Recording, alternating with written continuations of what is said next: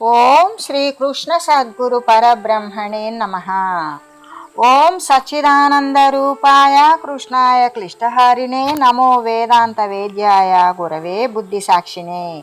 ఓం సశంఖ చక్రం సకిరీట కుండలం సపీత వస్త్రం సరసీరుహేక్షణం సహార వక్షస్థల కౌస్తుభశ్రియం నమామి విష్ణుం శిరసా చతుర్భుజం. శ్రీ మహాభాగవతము షష్టమ స్కందము. అయితే అజామిలుడు ఈ విధంగా పశ్చాత్తాపడుతూ ఉన్నాడు. చదువంతా చట్టుబండలైపోయింది, శాస్త్రం మట్టి కొట్టుకుపోయింది, బుద్ధికి చెదబట్టింది, పుణ్యమంతా నశించిపోయింది, నీతి కూడా చచ్చిపోయింది, నిర్మల జ్ఞానం పూర్తిగా పోయింది, జ్ఞానమంతా వ్యర్థమైంది. చక్కని అందగత్తె ప్రేమించే భార్యను విడిచి మాయలాడి మద్యపానం చేసే భోగవనిత పొందు తగిలి దుర్విటుడనై పడిపోయాను. అక్కట ఘోర దుష్కృత మహానలకీలలు నన్ను ముట్టి పేరు కడిగింపకిట్లు ధృతి నుండగనిచ్చెనహో. దురాత్మునింగ్రక్కున తల్లిదండ్రుల నకల్మష చిత్తుల పెద్దలన్ మరే దిక్కును లేని వారి పలు ద్రిక్కుల బెట్టుచు బారద్రోలితిన్.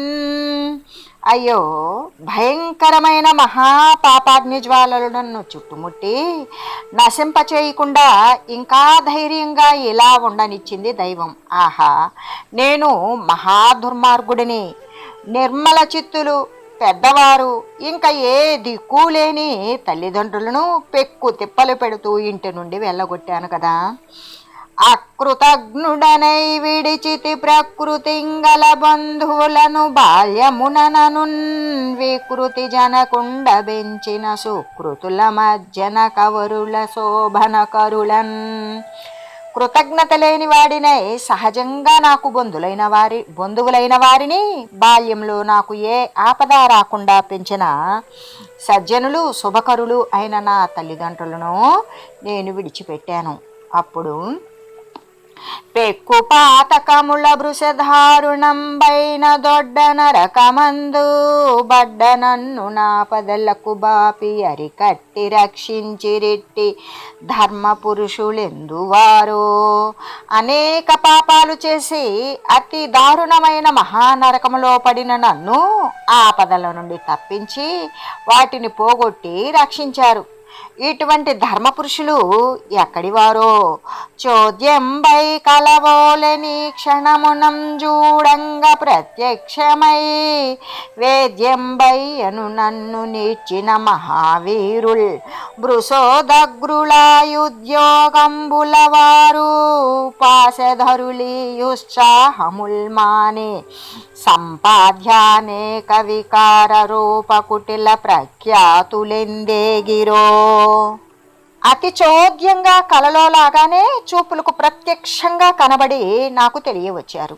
నన్ను ఈడ్చుకొని వెళ్ళిన మహావీరులు, గొప్ప భయంకరులు, పాశాలు ధరించి అలా ప్రయత్నించిన వారు, అనేక వికార రూపాలతో కుటిలంగా ప్రఖ్యాతికెక్కిన వారు ఇప్పుడు ఆ ఉత్సాహం మాని ఎక్కడికో వెళ్ళిపోయారో.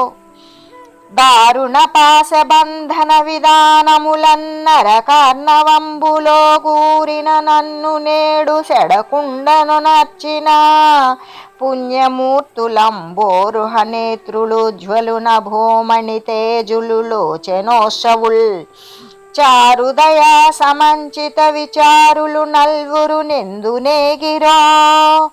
భయంకరమైన పాశాలతో బంధించడమనే విధానం ద్వారా నరక సముద్రంలో మునిగిపోయిన నన్ను నేడు చెడకుండా రక్షించిన పుణ్యమూర్తులు, పద్మాల వంటి కన్నులు కలవారు, ప్రకాశించే సూర్యుని వంటి కాంతి కలవారు, కన్నులకు విందు అయిన వారు, చక్కని దయతో మంచి ఆలోచనలు కలవారు అయిన ఆ నలుగురు ఎక్కడికి వెళ్ళారో. నను రక్షించిన పుణ్యవంతులుగా నన్నాలీక పత్రాక్షులంజన సంకాసులు శంఖచక్రధరులా జానూరు బాహుల్ స్మితాననులాలంభిత కర్ణవేష్టన సువర్ణఛాయ దివ్యాంబరుల్ ఘనకారుణ్యరసైక పూర్ణులు సమగ్ర స్ఫూర్తి నిందేగిరో. అందమైన పద్మాల వంటి కన్నులు కలవారు, నల్లని కాంతి కలవారు, శంఖ చక్రాలు ధరించిన వారు, పొడవైన బాహువులు ఊరువులు కలవారు, చిరునవ్వు మోములు కలిగిన వారు, వ్రేలాడుతున్న బంగారు కాంతికిల కర్ణభూషణాలు, దివ్య వస్త్రాలు ధరించిన గొప్ప కరుణా సముద్రులు అయిన పుణ్యాత్ములు, నన్ను రక్షించిన వారు, మిక్కిలి స్ఫూర్తి కలిగిన వారు ఎక్కడికి వెళ్ళారో? పాపాత్ముడైన నాకు ఆ ఉత్తమ దేవతల దర్శనం పూర్వజన్మలో నేను చేసుకున్న పుణ్య విశేషం వలన తప్ప పొందడానికి వీలు కానిది. వారి దర్శనం వలన నా ఆత్మ మిక్కిలి ప్రసన్నమైనది. అలా కాకపోతే పాపాలు ఆచరిస్తూ దాసీదానికి భర్తనై చనిపోతున్న నా నాలుక నారాయణ నామాన్ని గ్రహించడం సంభవించదు. పాతకుండ జడుడ బ్రహ్మఘాతుకుడను మానలోభమోహమశ్చరుండ, నాకు నెట్లు దొరకు నారాయణుని దివ్యనామ విమల కీర్తనంబుమదికి. మరియు నేను పాపాత్ముడును, మూర్ఖుడును, బ్రహ్మహత్య చేసిన వాడను, గర్వము, లోభము, మోహము, మాశ్చర్యము కలిగిన వాడను. అటువంటి నాకు మనసులో నారాయణుని నిర్మలమైన దివ్యనామ సంకీర్తనం ఎలా దొరుకుతుంది? దారుణ మోహాంధకార పూరితుడను హరి విస్మయ స్మరణార్హమతినే, పంచమహాతీవ్రపాత కోపేతుండ హరి విస్మయ స్మరణార్హమతినే, కౌటిల్యకి తవ వికార పారీనుండ హరి విస్మయ స్మరణార్హమతినే, యఖిల దుఃఖైక ఘోరార్ణవమగ్నుండ హరి విస్మయ స్మరణార్హమతినే, నిందలకు నెల్ల నెలవైన నిర్గుణుండ మందభాగ్యుండ నేనేడ, మధువిదారి దివ్య గుణనామ కీర్త తెరగదేడా, పూర్వ సుకృతంబులేకెట్లు పొందగలుగు. దారుణమైన మోహమనే అంధకారంలో మునిగిపోయిన వాడను, పంచమహాపాతకాలు చుట్టుముట్టిన వాడను, కుటిలత్వంతో కూడిన జోదంలో నేర్పరిని, సమస్త దుఃఖాలు అనే భయంకరమైన మహాసముద్రంలో మునిగిపోయిన వాడిని. అటువంటి నేను విస్మయం గొలిపే హరిస్మరణానికి అర్హమైన బుద్ధి కలవాడినేనా? నిందలన్నింటికీ ఆలవాలమైన గుణహీనుడిని, దురదృష్టవంతుడిని అయిన నేనెక్కడా? మధుసూదనుని దివ్యనామ సంకీర్తనం చేయడం ఎక్కడా? పూర్వజన్మ సుకృతం లేనిదే ఈ పుణ్యం ఎలా పొందగలను అని ఆలోచించుకున్నాడు. ఆలోచించుకొని యత చిత్తేంద్రియ మారుతుండనగుచున్ యత్నంబునత్తున్ హరివ్రత సంపత్తికి పుణ్యవృత్తికి, జిదావాసోన్ముఖాసక్తికిన్ యుత నిర్వాణ పదానురక్తికి, సుఖోద్యోగ క్రియాశక్తికిన్ ధృతిలబ్ధోత్తమమూర్తికిన్, సకల ధాత్రీధుర్య సద్భక్తికిన్. చిత్తాన్ని, ఇంద్రియాలను, వాయువును నియంత్రించి నేను హరిభక్తి కోసం ప్రయత్నిస్తాను. భక్తి అనేది హరిని గూర్చిన వ్రతాలలో శ్రేష్టమైనది, పుణ్యవర్తనను కలిగించేది, జ్ఞానం పొందడానికి ఉన్ముఖత్వాన్ని కలిగించే ఆసక్తినిచ్చేది, మోక్ష పదమునందు అనురాగం కలిగించేది, సుఖయత్నానికి ఆచరణాత్మకమైనదిను, ధైర్యం కలిగించడములో ఉత్తమ రూపమైనది. ఇంతెందుకు, భక్తి సమస్త భూమండలంలోనూ మిక్కిలి గొప్పది. విడిచితి భవబంధంబుల నడిచితి మాయా విమోహమైన తమంబు, నొడిచితి నరివర్గంబుల గడిచితి నా జన్మ దుఃఖ కర్మార్ణవమున్. నేను సంసార బంధాల నుండి తప్పించుకున్నాను, మాయామోహ రూపమైన అజ్ఞానాన్ని పోగొట్టుకున్నాను, కామక్రోధాదులు అనే అర్షడ్వర్గాన్ని కూడా అరికట్టగలిగాను. ఈ పుట్టుక యందు దుఃఖాలను కలిగించే కర్మలు అనే సముద్రాన్ని కూడా దాటివేశాను. యోషిద్రూపంబున నను నేషణ ముఖ గహ్వరమున నెగమృంగి కడున్, ద్వేషమున గోతిసేసిన దోషదయగుణాత్మమాయ దొలగంగంటిన్. నాలో ఉన్న మాయ స్త్రీ రూపంలో నన్ను కోరికలనే గోతుల్లోకి త్రోసివేసింది. మిక్కిలి ద్వేషంతో నన్ను కోతిని చేసింది. అటువంటి దోషాలను కలిగించే మాయను నేను తొలగించుకోగలిగాను అని విష్ణు భక్తి అనే జ్ఞానదీపం తన మనస్సులో తోచగా ఆ బ్రాహ్మణుడు భగవద్భక్తి కలవాడయ్యాడు. భగవద్ధర్మపరాయణోత్తముల సంభాషైక మంత్రంబులన్ మిగులన్ జ్ఞానము బుట్ట మోహభవ సమ్మిశ్రాత్మ బంధంబులం దెగ ఖండించి సబంధుమిత్ర సుత పత్ని మోహ విభ్రాంతుడై జగతీనాదురమేసు కృష్ణుని దయైశ్వర్యంబుల గోరుచున్. భగవత్పరాయణులైన ఉత్తమ భక్తుల సంభాషణలు అనే మంత్రాలను ప్రతిదినము వింటూ ఉండడం వలన అతనికి మిక్కిలిగా జ్ఞానం కలిగింది. అందువలన మాయామోహం వలన కలిగే ఆత్మబంధాలను అన్నింటినీ పూర్తిగా తొలగించుకున్నాడు. బంధువులు, మిత్రులు, కొడుకులు, భార్య అనే భ్రాంతులను వదిలివేశాడు. జగన్నాథుడు, లక్ష్మీపతి అయిన శ్రీకృష్ణుని దయ అనే ఐశ్వర్యాన్ని కోరుకోసాగాడు. హరిభక్తులతో మాటలు ధరనెన్నడు జడని పుణ్యధనముల మూటల్ వరముక్తి కాంత తేటలు నరిషడ్వర్గంబు సొరని ఎరుదగు కోటల్. హరిభక్తులతో సంభాషించడము ఎన్నటికీ చెడిపోవని పుణ్యధనపు మూటల వంటివి. ఉత్తమమైన ముక్తికాంత అనే జ్ఞానం కామము, క్రోధము మొదలైన 6 శత్రువులు చొరబడలేని అరుదైన కోటల వంటివి అని భావించాడు. అనుచునా బ్రాహ్మణుండతి తత్వవేది అయి భవబంధముల నెల్ల బారద్రోలి మొనసి గంగా ద్వారమునకేగి అచ్చట బ్రబ్బిన దేవతా భవనమందు నాసీనుడై యోగమాశ్రయించి జలంగు దేహేంద్రియాదుల తెరువు వలనాదను బాపుకొని పరతత్వంబుతో కూర్చి మానుగా యోగ సమాధి చేత గుణగణంబు బాసి కొమరొప్పిన భగవదనుభవాత్మయందునాత్మగలిపి రమణం దన్ను మొదల రక్షించినట్టి ఆ పురుషవరులగాంచి బొసగమ్రొక్కే. ఇలా భావించి ఆ బ్రాహ్మణుడు భగవత్తత్వాన్ని మిక్కిలిగా తెలుసుకున్నాడు. సంసార బంధాలన్నీ విడిచిపెట్టాడు. క్రమంగా గంగా ద్వారాన్ని చేరుకున్నాడు. అక్కడ విఖ్యాతి చెందిన ఒక దేవాలయంలో కూర్చొని యోగనిష్ఠుడయ్యాడు. ఇంద్రియాదులను ఆయా విషయ మార్గాల నుండి మరలించాడు. దేహభావాన్ని విడిచాడు. పరతత్వంలో లీనం చేశాడు. యోగ సమాధి చేత త్రిగుణాలను విడిచి చక్కని భగవదనుభూతి కలిగించే పరమాత్మయందు తన జీవాత్మను లీనం చేశాడు. ఇలా ఉండి ఇంతకుముందు తన్ను రక్షించిన ఆ పురుష శ్రేష్ఠులను చూడగలిగాడు. వారికి వినయంగా మ్రొక్కాడు. ఈ రీతిగా అజామిలుడు యోగ మార్గంలో దేహాన్ని విడిచిపెట్టాడు. తన ఎదుట నిలిచిన ఇంతకు ముందటి విష్ణు సేవకులను చూచి అతని శరీరం పులకరించింది. రోమాల మీద చెమట బిందువులు పొటమరించాయి. ఆ చెమట బిందువులతో తడిసి మహానందం అనే చక్కని శ్రేష్టమైన లతలు కొనలు సాగాయి.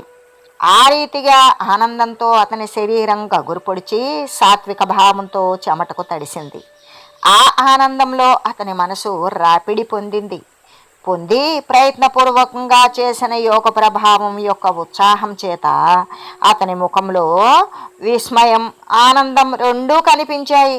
అన్ని లోకాలలో కీర్తింపబడుతూ శుభాన్ని కలిగించే శుభాకారాలతో దర్శనమిచ్చిన వారిని మనసులో ఎంతో కుతూహలంతో తిలకించాడు. వారికి నమస్కరించాడు. గంగా తీరంలో శరీరాన్ని విడిచిపెట్టాడు. ఆ వెంటనే హరికి సమీపంలో మెలిగే విష్ణుదాసుల స్వరూపాన్ని ధరించాడు. విష్ణు సేవకులతో కలిశాడు. దివ్యమణులు తాపిన బంగారు రథం ఎక్కాడు. సమస్త ఆనందాలు, భోగభాగ్యాలు అనుభవంలోకి వచ్చే సాటి లేని వైకుంఠ నగరానికి వెళ్ళాడు. శ్రీమన్నారాయణుని పాదపద్మాలను సేవించడం అనే పరిణత స్థితిని పొందాడు.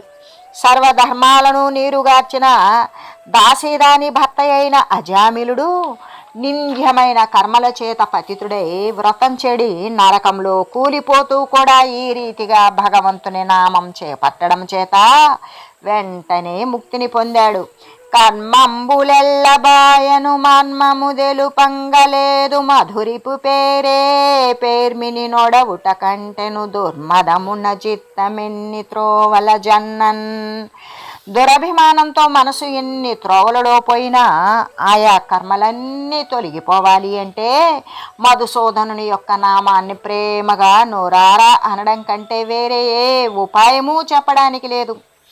పాండవ వంశ పావన నృపాలక ఈ ఇతిహాసమెవ్వడే నుండక భక్తి లేక వినునోర్పు మెయింబటించు నా తండు దండత నాతడు దండతక ముక్తి కామినికి దానకమై ధనుజారి లోకమందుండు మహావిభూతి యమదూతల చూట్కిక గోచరాకృతిన్.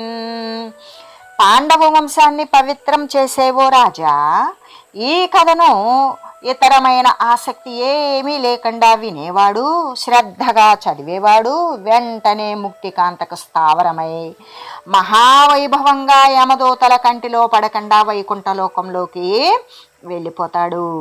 అలయపుత్రోపచారితమైన విష్ణునామం అవసాన కాలంబునను భజించి సారంగ నిలయంబు చేరిన జామిలుండునిట్లు సద్భక్తి పలికిన నేమి చెప్ప.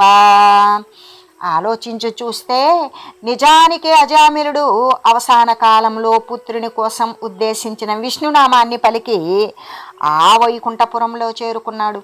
ఇక సద్భక్తితో పలికితే చెప్పేది ఏమున్నది? కోరిన వారలకెళ్ళను చేరువ కైవల్య పదము శ్రీవరుని మదింగోరని వారలకెళ్ళను దూరము మోక్షాప్తి ఎన్ని త్రోవలనైనన్. శ్రీహరిని చిత్తంలో కోరుకున్న వారందరికీ మోక్షపదం చేరువవుతుంది. ఎన్ని ఉపాయాలు మార్గాలు చూసినా కోరని వారికి ఆ మోక్ష ప్రాప్తి దూరమే. ఈ కథ విని పరీక్షన్ మహారాజు ఇలా అడిగాడు, ఓ సుఖమునీంద్ర, యమధర్మరాజు ఆజ్ఞ భ్రష్టమైపోయింది కదా. విష్ణుదూతల చేత తిరస్కరింపబడిన తన భటులు శ్రీమన్నారాయణుని నామ ప్రభావం వినిపించగా ఆ యముడు వారితో ఏమన్నాడు? మరి ఇంకా ఎప్పుడైనా యమదండం విఫలమైపోయినా ఉదంతం ఉంటే వినాలని ఉంది.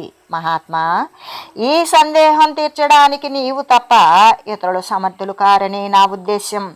నా మనసుకు ఆనందం కలిగేలా నీ మాటలు అనే అమృతధారలను నాకు ప్రసాదించు అని అడిగితే సుఖమహర్షి ఇలా చెప్పసాగాడు.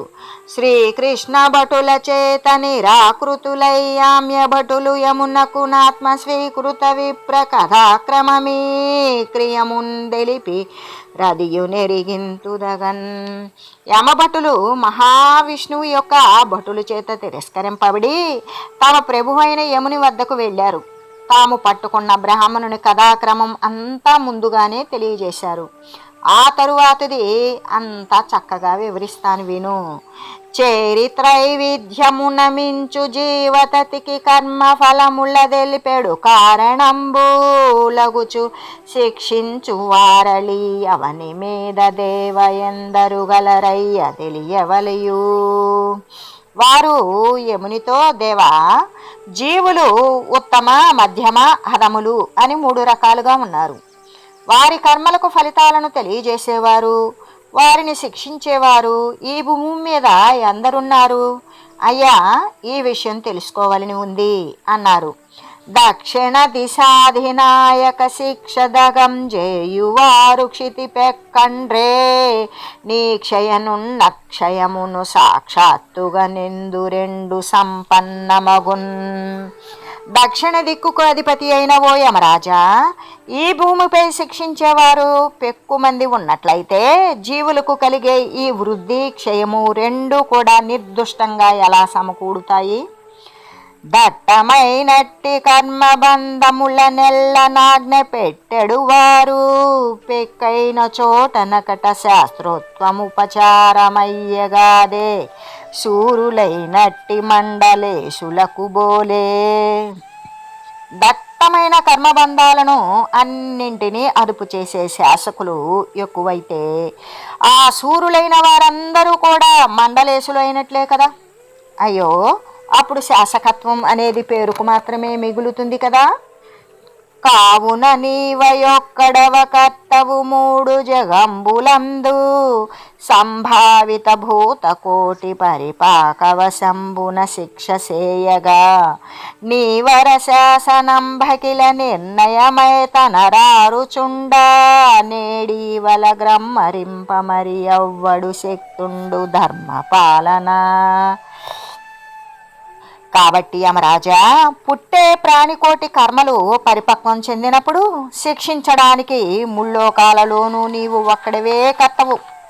ఓ ధర్మపాలక, నీ ఉత్తమ శాసనం అందరికీ శిరోధార్యమై ఉండగా ఇప్పుడు దానిని మరల్చడానికి ఎవడు సమర్థుడు? చండకర తనయొరులకు ధరత్వంబు గలదే తగ జగమునను దండధర వృత్తి నొత్తిలి దండింతువు నిన్ను దండధరుడని పొగడన్. ఓ సూర్యపుత్ర, నీకు తప్ప శాసన దండాన్ని ధరించే అర్హత లోకంలో ఎవరికీ లేదు. పైకెత్తి పట్టిన ఆ దండాన్ని ధరించి నిష్పక్షపాతంగా జీవులను దండిస్తావు. అందుకే నిన్ను అందరూ దండధరుడు అని పొగుడుతారు. ఇట్టిని దండంభై మూడు జగముల దిగువమై నేడు వర్ధిల్లుచుండా మనుజలోకంబుల మహితాద్భుతాకార సిద్ధుల మిగుల ప్రసిద్ధులైన వారు నల్వురు వేగ వచ్చి నిర్దేశంబు భంగించి మమ్మంతం జంగదోలి నీ శాసనంబున మేమిచ్చుకొని వచ్చు క్రూర చిత్తుని బుచ్చుకొని అదల్చి పాశబంధంబులీసున బుట్టి ద్రెంచి బలిమి మిగులంగమమ్మును బారద్రోలి ఇచ్చజనినారు వారు దామెచటి వారళాదరమ్మున నేడు మా కానతిమ్ము. ఇటువంటి నీ దండం ఈ మూడు లోకాలలోనూ ఎదురులేక కొనసాగుతోంది కదా. ఇప్పుడు మానవలోకంలో గొప్ప అద్భుతమైన ఆకారాలు కలిగి మిక్కిలి ప్రసిద్ధి చెందిన నలుగురు వచ్చి మీ ఆజ్ఞను ధిక్కరించారు. మమ్మల్ని పారద్రోలారు. మీ ఆజ్ఞ ప్రకారం మేము ఈడ్చుకొని వస్తున్న క్రూరాత్ముని వారు చేపట్టారు. మమ్మల్ని అదలించారు. ఆ పాశాలను కోపంతో తెంపివేశారు. వారు తమ బలం ప్రదర్శించారు. మమ్మల్ని పారద్రోలి వారి దారిన వారు వెళ్ళారు. స్వామి, దయచేసి వారు ఎవరో మాకు తెలియజేయండి అని అడిగారు. ఇలా చెప్పి శుకుడు ఇలా అన్నాడు. ఈ రీతిగా దూతలు పరితపిస్తూ అడిగితే యమధర్మరాజు పుండరీకాక్షుని పాద పద్మాలను మనసులో ధ్యానించి నమస్కరించి పరమ భక్తిభావంతో ఇలా అన్నాడు. కలడు మదన్యుండు ఘనుడొక్కడతడెందు వెలికి గానగరాక విశ్వమెల్లా నతిలీలమై మహాద్భుత సమగ్ర స్ఫూర్తి నుండును గోక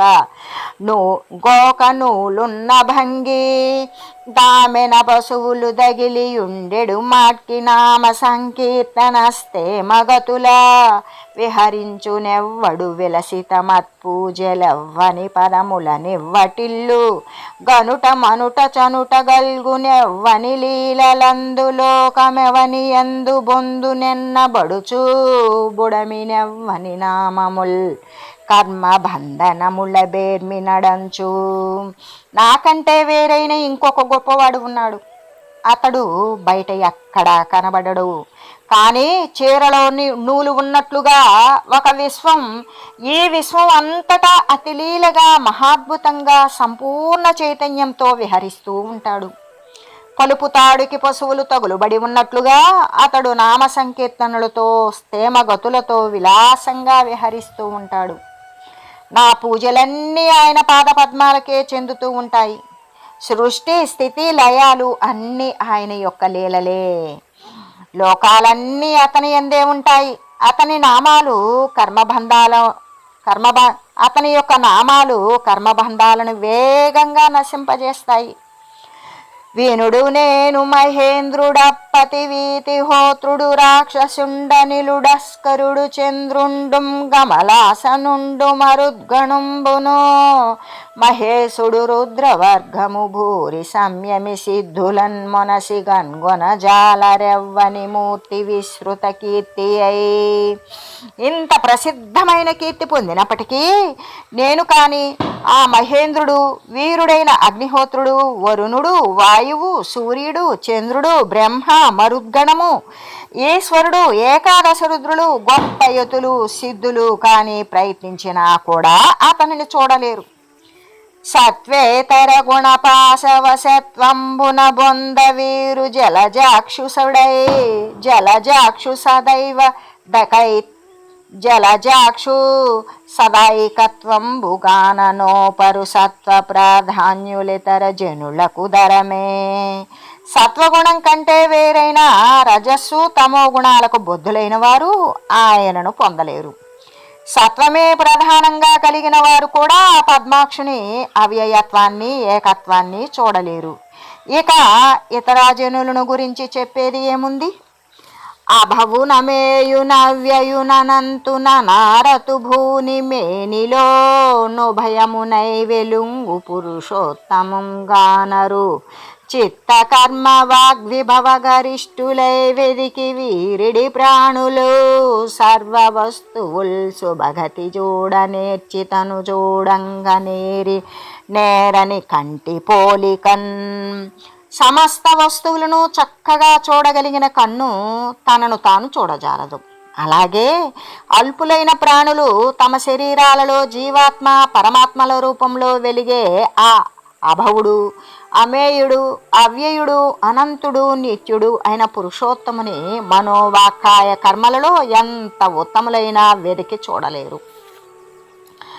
పరముని భక్తలోక పరిపాలనశీలుని దుష్టలోక సంహరుని పతంగ పుంగవ విహారుని కూరిమి దూతలా మనోహరులు సురేంద్ర వందితులు నా హరి రూప గుణ స్వభావులై తిరుగుచునుందురెల్లెడల దిక్కుల తేజము పిక్కటిల్లగన్.